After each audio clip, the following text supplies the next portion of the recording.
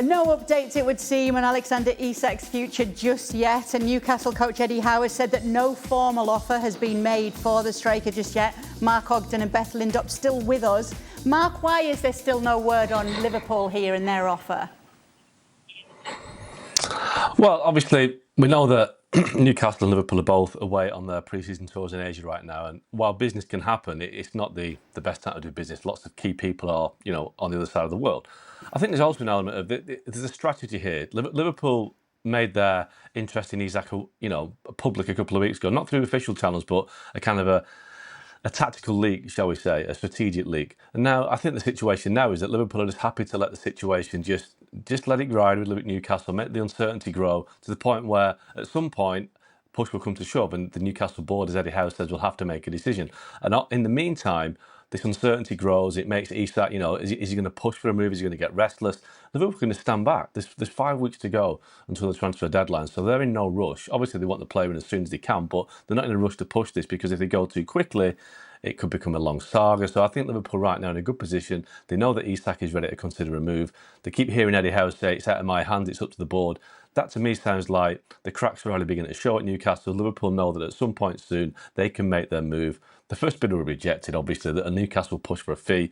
But I do think that it's a game that's being played, and by the end of the window, Alexander Isak will be a Liverpool player. It might not come as much of a surprise to you, Beth, that our defender on the panel, Stevie Nicol, former Liverpool player Stevie Nicol, thinks that they should be putting their attentions towards getting a centre-back instead. Will there be any feeling among the Liverpool fans that there could be too many new faces in the attack?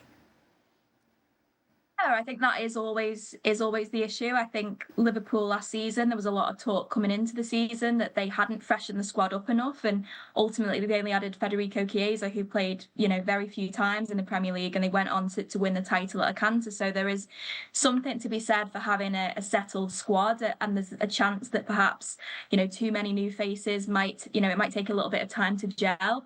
I think from Isak's perspective, it's sort of he's the sort of player that you push the boat out for and you take a risk for, and if Liverpool feel like the opportunity is there to bring him in this summer, then as Mark said, I'm sure they'll be keen to get that one over the line. I think in terms of centre-backs though, for me, that should be Liverpool's priority, and it is something that they are monitoring and working on. It was sort of they were linked quite heavily to Mark Gay from Crystal Palace earlier in the window.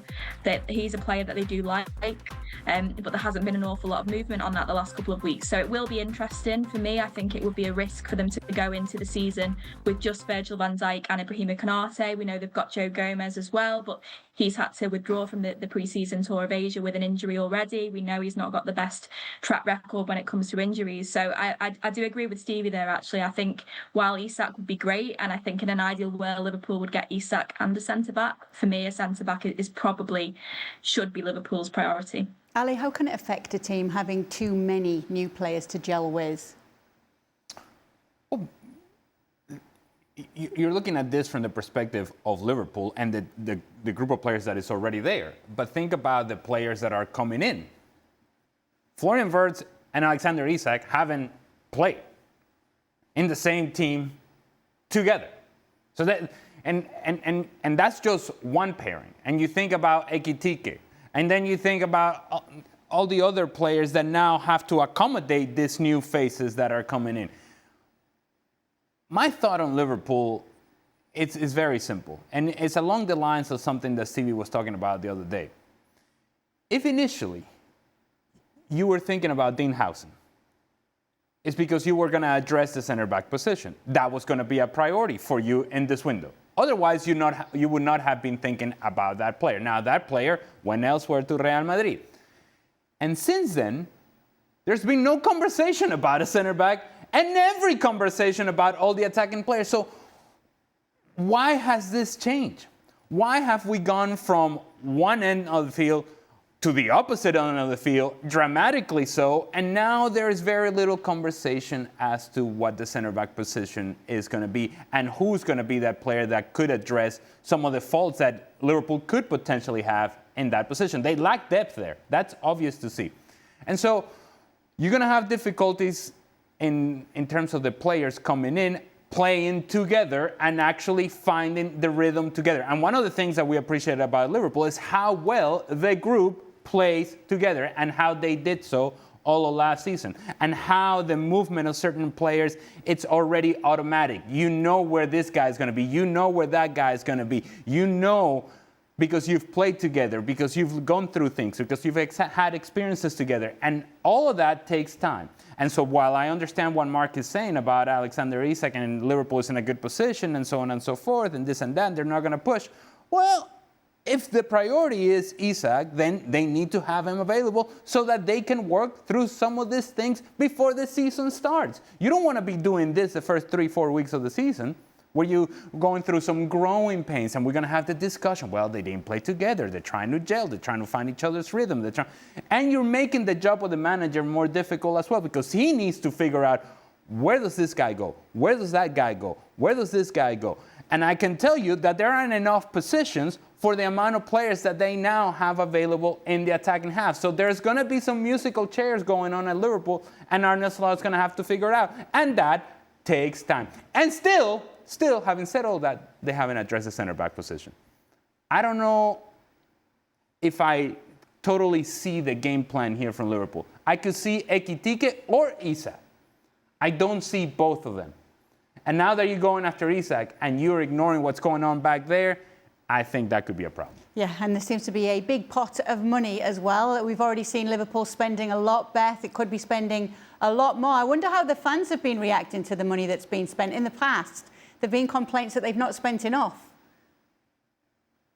We're never happy over in England, are we? If they spend too little, there's complaints. If they spend too much, there's complaints. But yeah, I think Liverpool obviously have there's been a bit of a departure from the typical strategy of being quite frugal in the transfer market. But that being said, that they're only able to do that because they're in a really strong financial position. The past 3 transfer windows, the only incoming has been Federico Chiesa for 12 million or so last summer. And during that time, they've got back into the Champions League. They've got the revenue from winning the Premier League. So in terms of PSR and financial room, they've got plenty of headroom there. And the shrewd decision making over the past few years has put them in this commanding position.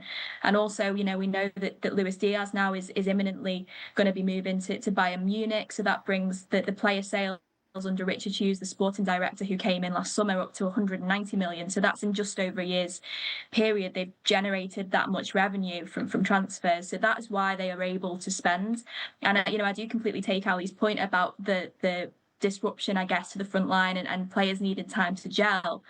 But ultimately, if the players that are already there want to leave, then Liverpool need to replace them. Luis Diaz pushed to leave Liverpool. He wanted to leave last summer. They managed to convince him to stay, but the club and the player were too far apart in contract demands, in financial demands.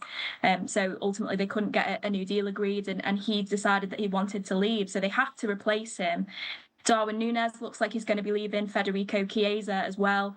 And obviously, it feels incredibly sort of unimportant to talk about Diogo Jota from a footballing perspective, because first and foremost, Liverpool have lost an incredible human being who will be missed so deeply by everyone at the club. But he was also a fantastic player and a reliable source of goals for Liverpool, who is now no longer there, very sadly. So they also have to fill that void as well on the pitch, if not off it. So as much as I agree that in an ideal world you don't have 3, 4, 5 new attackers coming in, if that number of players want to leave, then Liverpool have to replace them. Well, I'm all for them bringing the players in, but give them enough time. This doesn't happen so very quickly that they come in and the second day, look at us, we're flying. No. This is what building a team is all about. And you got to give the manager time to evaluate and see, where does this guy fit in? Where does that guy fit in? And where do they fit into my plans and how I want my team to play? That takes time. That doesn't happen overnight. Yes, and we're going to find out because we're not too far away from the season starting right now. Beth, thank you so much for being with us. Mark too. We'll be speaking to you guys again very, very soon. Make sure to stay up to date with everything that's going on when it comes to the transfer window, and plenty more over on our YouTube channel, ESPN FC. Mark Ogden is still with us. Rob Dawson is joining us now. He's been following Manchester United on their tour of the US. He's in Chicago now. Rob, what more can you tell us on what the feeling is in the camp at Manchester United? Are they enjoying their pre-season so far? Yeah, I think so. I mean, certainly the players are. It's a lot more of a relaxed tour than perhaps we've been used to in the past. You know, United have made sure that they've got a set training base in Chicago instead of kind of moving around from city to city, which the players don't really like. They've had quite a long stay in Chicago. The hotel that they're in is right in the city centre. The players have been allowed out to shops and coffee shops in the evening after training, which obviously they quite enjoy, having that opportunity to get out of the hotel and see parts of the city. You can see Bruno Fernandes there throwing out the first pitch at a White Sox game. So obviously a lot of hard work being done on the training pitch, a lot of kind of ground to make up after what happened last season. But in terms of the players, the management, the club bosses have tried to make it kind of quite a relaxed camp, make sure the players are enjoying it, make sure they're as well prepared for the new season as possible. What are you thinking about Bruno Fernandes there? Well, one, no wind-up on the pitching style. I suppose I don't blame him. I'm not guessing Bruno Fernandes played a lot of baseball in Portugal. But you cannot bounce it. Priority number one, you cannot bounce this ball. Oh, no. Well, but the good thing is not a whole lot of people watching the White Sox games these days because the White Sox are terrible. Yes, and one thing we do know is Bruno Fernandes is definitely a lot better at football.